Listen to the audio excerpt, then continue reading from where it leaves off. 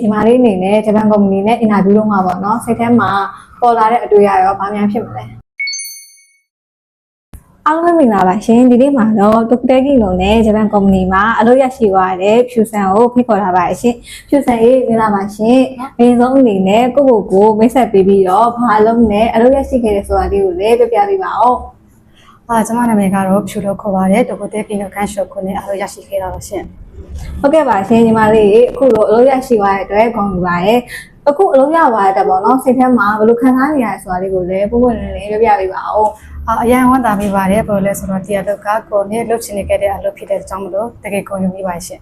ဟုတ်ကဲ့ပါရှင်ညီမလေးအနေနဲ့ဂျပန်မှာဘာလို့အလုပ်လုပ်ချင်ခဲ့ရလဲဆိုတာလေးကိုလည်းပြပြပေးပါဦး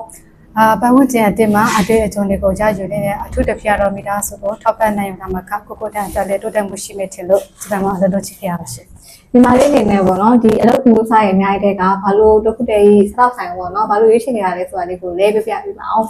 ကိုကငငယ်လေးကဟင်းချက်တာဝဒနာပါတဲ့အပြင်မြန်မာအစားအစာတမခဂျပန်အစားအစာကိုပါစိတ်ဝင်စားမှုရှိတဲ့အကြောင်းမလို့ဒီအလုပ်ကိုရွေးချယ်ခဲ့တာပါပြီးတော့ကိုအနာဂတ်အတွက်လည်းအတော့ဝင်တင်တဲ့အကြောင်းမလို့ရွေးချယ်ခဲ့ရပါရှင်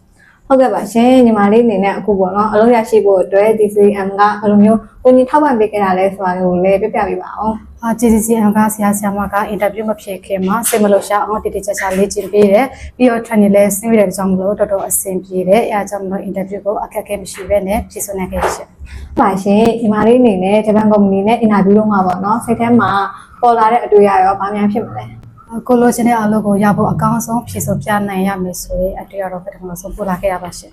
ဟုတ်ကဲ့ပါရှင်ညီမလေးအနေနဲ့အင်တာဗျူးပြင်ဆင်နေတဲ့အချိန်မှာရောဘာအခက်အခဲတွေကြုံခဲ့ရပါသေးလဲ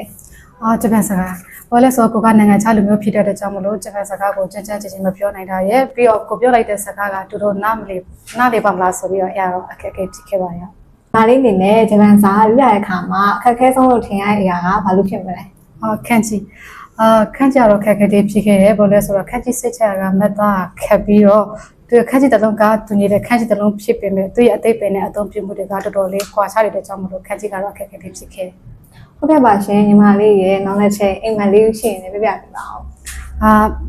နောက်လက်ချက်မှာဗာဖြစ်ချင်ရလဲဆိုတော့ကိုကဟင်းတာတွေကိုကြကြချင်းချက်ပြုတ်နိုင်တဲ့ချက်ဖြစ်ချင်ရှင်ဟုတ်ကဲ့ပါရှင်ညီမလေးအနေနဲ့ဂျပန်ရောက်ရင်ရောဘယ်စားတောက်တွေကိုမြင်ဆန်းတင်ပါတွေ့တက်ကိုယခိမြန်မာမှာခဏစားဖို့ပြင်မဲ့ဒီမြန်မာမှာစားတဲ့အရာတာနဲ့ဂျပန်မှာစားတဲ့အရာတာကဘယ်လိုကွာခြားမှုရှိလဲဆိုတာသိရှင်တဲ့အရာတာမြင်ချင်တယ်ဟုတ်ပါရှင်ညီမလေးရေနောက်ဆုံးအနေနဲ့တုတ်တဲကီလုံးနဲ့ဂျပန်မှာဖို့ပြင်ဆင်နေတဲ့ညီငယ်လေးညီမငယ်လေးတွေအတွက်လည်းအားပေးစကားလေးတစ်ခွန်းလောက်ပဲပြပေးပါဦးညီမလေးတို့လည်းဘယ်လိုခက်ခဲတွေပဲရှိနေပါစေကိုရဲ့အိမ်မက်ကိုလည်းမလျှော်ဘဲနဲ့အစိုးရစူးစမ်းကြပါလို့ပြီးတော့တစ်ခါတလေမှာပြပန်းမှုတွေရှိပေမဲ့လည်းအဲ့ဒါတွေကိုကြော်လာပြီးတော့ကိုလိုချင်တဲ့ဘန်းတွေကိုရအောင်သွားကြပါလို့ပြောချင်ပါရှင်ဟုတ်ကဲ့ပါရှင်ကြည့်ရှုပေးလို့အားလုံးလည်းကျေးဇူးတင်ပါတယ်ရှင်ဗီဒီယိုလေးကိုကြိုက်ရင်လည်း like subscribe လေးလည်းလုပ်ပေးကြပါအောင်เนาะအားလုံးကျေးဇူးတင်ပါတယ်တတ်တာ